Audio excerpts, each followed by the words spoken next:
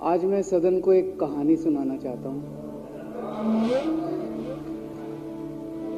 कहानी का शीर्षक है चौथी पास राजा।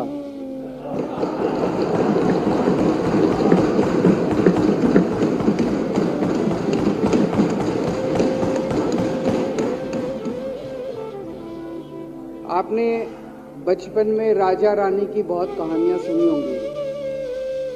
मेरी कहानी में रानी नहीं है,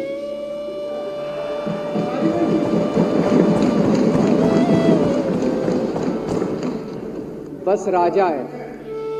ये एक ऐसे राजा की कहानी है अध्यक्ष महोदया,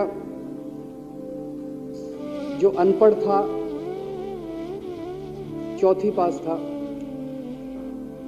बेहद अहंकारी था, बहुत अहंकार था, बहुत ज्यादा,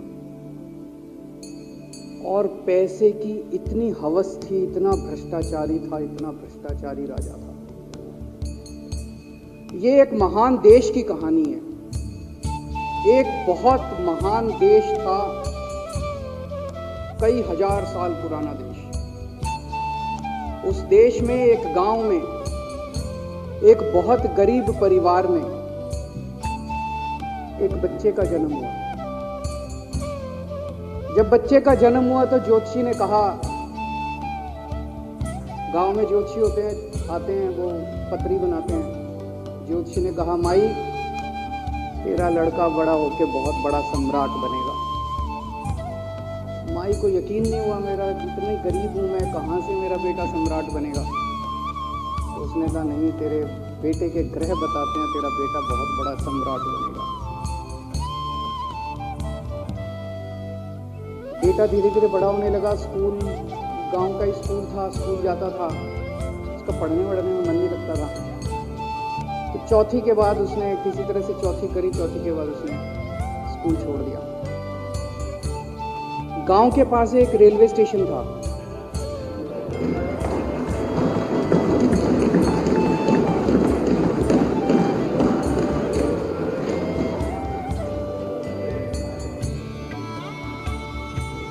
तो घर का खर्चा चलाने के लिए वो लड़का वहां स्टेशन पे चाय बेचता था। लड़के को भाषण देने का बड़ा शौक था। सारे गांव के लड़कों को इकट्ठा कर लेता, आसपास के गांव के भी इकट्ठा कर लेता, सामने वो हाथ डाल लेता, उस पर चढ़ जाता और भाषण देता। धीरे धीरे आसपास के गांव के लड़के भी इकट्ठे हो गए। जिस भी चीज में भाषण देता, एक बार शुरू हो जाता तो बंद ही नहीं होता। अब ज्योतिषी ने कहा था, लड़का बड़ा हुआ, बड़ा होके एक दिन उस महान देश का वो राजा बन गया। पूरे देश में उसका नाम हो गया चौथी पास राजा। लोग उसको चौथी पास राजा कहते थे। और उसे आता जाता कुछ था नहीं, पढ़ा लिखा था नहीं। अफसर आते, कुछ अंग्रेजी में चपर चपर करते, उसको समझ नहीं आता। अफसर जो मर्जी उससे साइन कराते थे, जो मर्जी उससे साइन कराते। अब वो कुछ पूछे अफसरों से तो उसे भी शर्म आती थी कि मैं पूछूंगा तो उनको लगेगा अनपढ़ आदमी है, पता चल जाएगा। तो उसके भी दिल में ये रहता था, यार मैं पूछूं ना पूछूं। पता नहीं किस किस चीज पे उसने चौथी पास राजा ने साइन कर दिए। फिर धीरे धीरे राजा को ये बुरा लगने लगा, यार ये मेरे को चौथी पास है। तो उसने एक फर्जी डिग्री बनवा ली।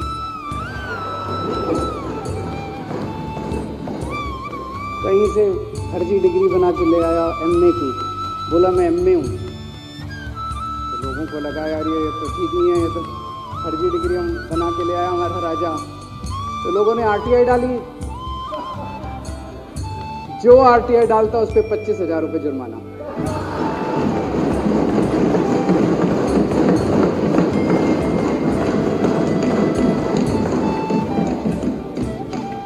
आपके नेता की बात नहीं कर रहा। आप लोग भी हंस सकते हो।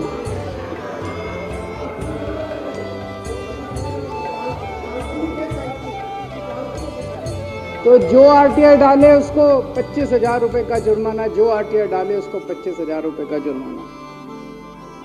एक दिन कुछ लोग गए चौथी पास राजा के पास, बोले जी एक बड़ा धांसू आइडिया लेके आए हैं। बोले बताओ।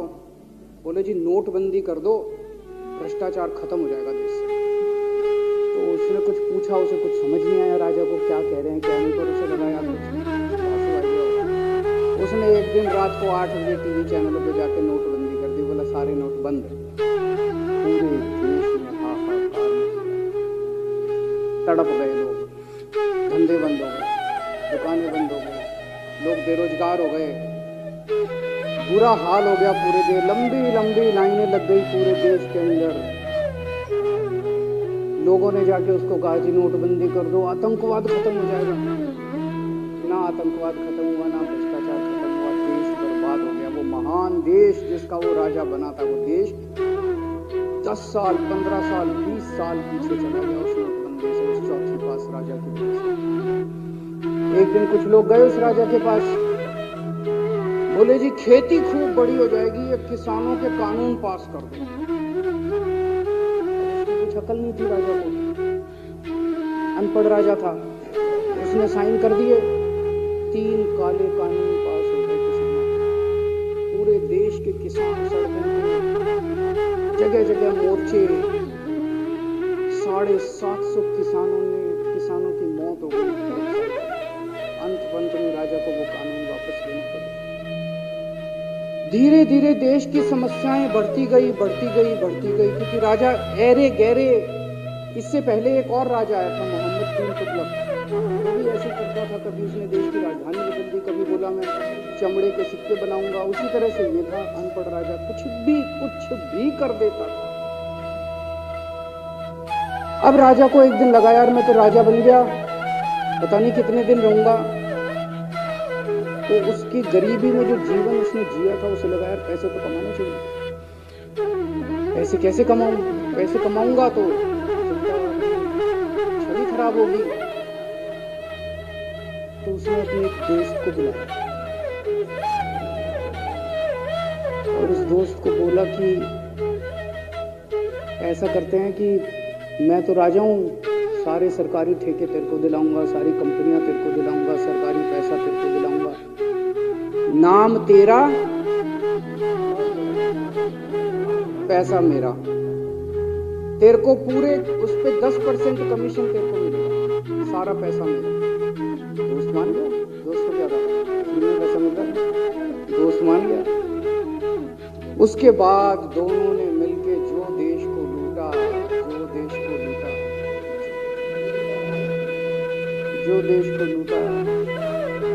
सबसे पहले वो दोस्त आया, बोला सर सबसे पहले बैंकों को लूटते हैं। बोला वो कैसे यार, बैंकों को लूटेंगे तो ये तो ठीक नहीं है। बोला नहीं, ऐसे करते हैं, आप किसी बैंक के चेयरमैन को बुलाओ, उसको बोलो कि वो मेरे को लोन देगा। बोला लोन देगा तो वापस करना पड़ेगा। वापस कौन करेगा, वापस थोड़ी करना है, आप राजा हो, वापस नहीं करना, लोन दिला दो बस। तो राजा ने एक बैंक के चेयरमैन को बुलाया, बोला इसको लोन दे। तो वो चेयरमैन के सिट्टे पिट्टे गुम हो गए, यार मैं तो मर जाऊंगा, फंस जाऊंगा, वो भाग गया। तो फिर उन्होंने ढूंढ के एक ऐसा चेयरमैन चुना जो कि सरासर भ्रष्टाचारी, जिसके ऊपर 10 फाइलें खुली हुई, जिसके ऊपर 10 केस चल रहे, उसको बुलाया। बोला देख तेरे को चेयरमैन बना रहे, अब तू 10,000 करोड़ रुपए दे दे इसको, नहीं तो तेरे को जेल भेजेंगे। जेल जाना है कि पैसे दे रहा है? उसने तो नहीं, माई बाप मैं जो कहोगे जहाँ कहोगे साइन कर दूंगा। उसने 10,000 करोड़ रुपए का लोन उसके ऐसे करते करते 1,00,000 2 लाख करोड़ रुपए इन्होंने बैंकों से लूट लिए। राजा ने, चौथी पास राजा ने और उसके दोस्त ने मिलकर 2-2.5 लाख करोड़ रुपए बैंकों से लूट लिए। अब बैंकों से पैसा लूटने के बाद उन्होंने देश को खरीदना चालू किया। सबसे पहले उन्होंने देश के एयरपोर्ट खरीदे, पहले 6 एयरपोर्ट खरीदे, फिर उन्होंने बिजली कंपनियां खरीदी, फिर उन्होंने बिजली के दाम बढ़ा दिए पूरे देश के अंदर, फिर उन्होंने सी पोर्ट खरीदने चालू कर दिए, फिर उन्होंने कोयले खदानें ले ली, फिर इन्होंने पुलिस को भेज भेज के जो लोगों की कंपनियां थी, प्राइवेट लोगों की कंपनियां, या बंदूक रख रख के उनकी कंपनियां छीन ली राजा ने और उसके दोस्त। हाहाकार मच गया पूरे देश के अंदर। इतनी महंगाई हो गई, इतनी महंगाई हो गई पूरे देश में। पहले गैस 400 रुपए सिलेंडर होती थी, चौथी पास राजा के आने के बाद 1100 रुपए सिलेंडर हो गए। पहले पेट्रोल 71 रुपए होता था, 97 रुपए हो गया। पहले डीजल 57 रुपए होता था, 90 रुपए लीटर हो गया। जब पेट्रोल के दाम बढ़ गए, डीजल के दाम बढ़ गए, तो सारी चीजों के दाम बढ़ गए देश के अंदर। हाहाकार मच गया, सब चीजों पे इसने और इसके दोस्त ने कब्जा। दूध पहले 46 रुपए होता था, 66 रुपए लीटर हो गया। बच्चों को माएँ दूध पिलाने लायक नहीं बची, घरों के अंदर छोटे छोटे बच्चों को दूध छीन लिए इसने राजा ने। सरसों का तेल 90 रुपए लीटर होता था, 214 रुपए हो गया। बताओ, धीरे धीरे पूरे देश में हाहाकार मच गया। लोग अब राजा के खिलाफ आवाज उठाने, लोग उसके खिलाफ बोलने लगे, तो राजा ने कह दिया जो मेरे खिलाफ बोलेगा पकड़ के जेल में डाल। एक के बाद एक राजा ने लोगों को पकड़ पकड़ के जेल में डालना शुरू कर दिया। किसी ने राजा का कार्टून बना लिया, उसको भी जेल में डाल दिया। किसी ने राजा का नाम गलत ले दिया, उसको भी जेल में डाल दिया। किसी टीवी चैनल वाले ने राजा के खिलाफ लिख दिया, उसको भी पकड़ के जेल में डाल दिया। किसी जज ने राजा के खिलाफ कोई ऑर्डर कर दिया, उसको भी पकड़ के जेल में डाल दिया। ना जजों को छोड़ा, ना पत्रकारों को छोड़ा, ना मीडिया को छोड़ा, ना व्यापारियों को छोड़ा, ना उद्योगपतियों को, किसी को नहीं छोड़ा। राजा ने पकड़ पकड़ के उसने चौथी पास राजा ने सबको जेल में डालना चालू कर दिया। एक महान देश कहां से कहां पहुंच गया। उसी देश के अंदर एक छोटा सा राज्य था, उस राज्य का एक मुख्यमंत्री था।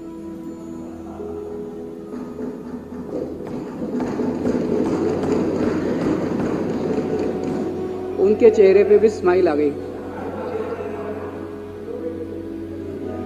उनके चेहरे पे भी उम्मीद की किरण छा गई। वो मुख्यमंत्री अपने लोगों का खूब ख्याल रखता था। वो मुख्यमंत्री कट्टर ईमानदार था। वो मुख्यमंत्री कट्टर देशभक्त था। वो मुख्यमंत्री पढ़ा लिखा था।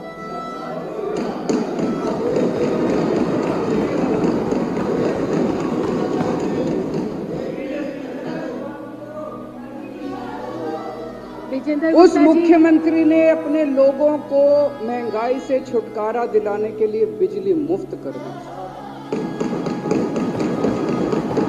भाई साहब, उसके बाद तो चौथी पास राजा पागल हो गया। उसने बुला के जो हड़काया उस मुख्यमंत्री को कि तेरी हिम्मत कैसे हुई। उसे लगा राजा ने तो सारी बिजली कंपनियों पे कब्जा कर रखा था। उसे लगा अगर ये बिजली मुफ्त करने लग गया तो बाकी देश में तो मेरा बेड़ा गर्क, मेरी बिजली कंपनियां लुट जाएंगी, ऐसे कैसे चलेगा। उसने उसको कहा खबरदार, तुम्हें बिजली मुफ्त की। मुख्यमंत्री नहीं माना। धीरे धीरे उस मुख्यमंत्री ने अपने गरीबों के स्कूल ठीक करने चालू कर दिए। तो राजा ने उसको बुला के और हड़काया। राजा बोला ये क्या कर रहा है तू, स्कूलों के अपने बच्चों को पढ़ाता है, तू स्कूल खोल रहा है, ये बंद कर, ये सब ये नहीं चलेगा इसके। नहीं माना। फिर उसने मुख्यमंत्री ने सबके इलाज मुफ्त कर दिया, सबके लिए शानदार मोहल्ला क्लिनिक खोल दिए, इलाज मुफ्त कर दिया। राजा तो बिल्कुल पागल हो गया। धीरे धीरे जनता को पता चला कि राजा कैसा है। एक दिन लोगों ने उस राजा को उखाड़ के फेंक दिया।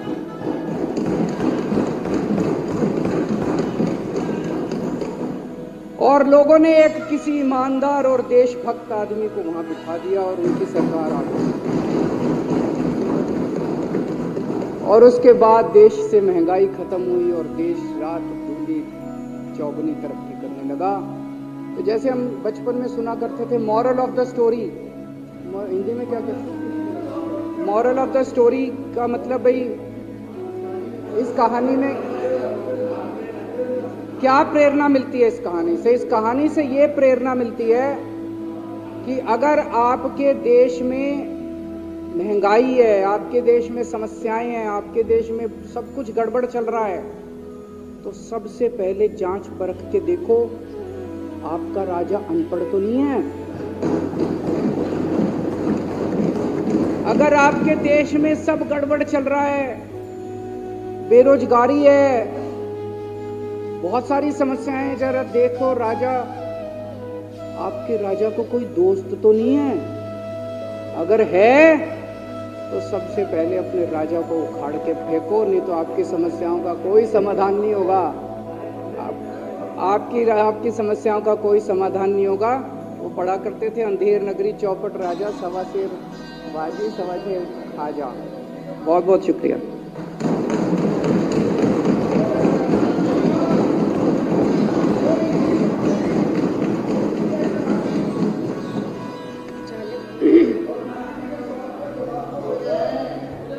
संकल्प पारित करना। अब श्री दिलीप पांडे माननीय मुख्य सचेतक द्वारा प्रस्तुत संकल्प सदन के सामने है। जो इसके पक्ष में है वो हाँ कहे, जो इसके विरोध में है वो ना कहे, जो इसके विरोध में है ना है, जो इसके विरोध में नहीं है वो ना कहे। हाँ पक्ष जीता, हाँ पक्ष जीता, संकल्प स्वीकार हुआ।